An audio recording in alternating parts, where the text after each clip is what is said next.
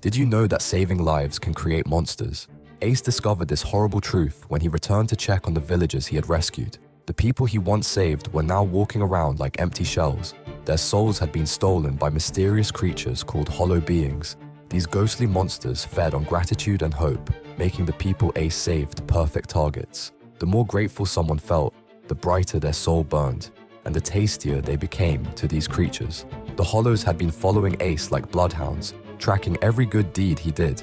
Each soul they ate made them stronger and more solid. The leader of these monsters revealed a shocking secret. It was once human, someone Ace had failed to save long ago. The creature told Ace that every life he saves creates suffering somewhere else in the universe. Ace had to make an impossible choice.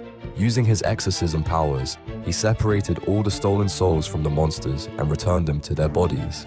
The process drained him so much that his black hair turned completely white.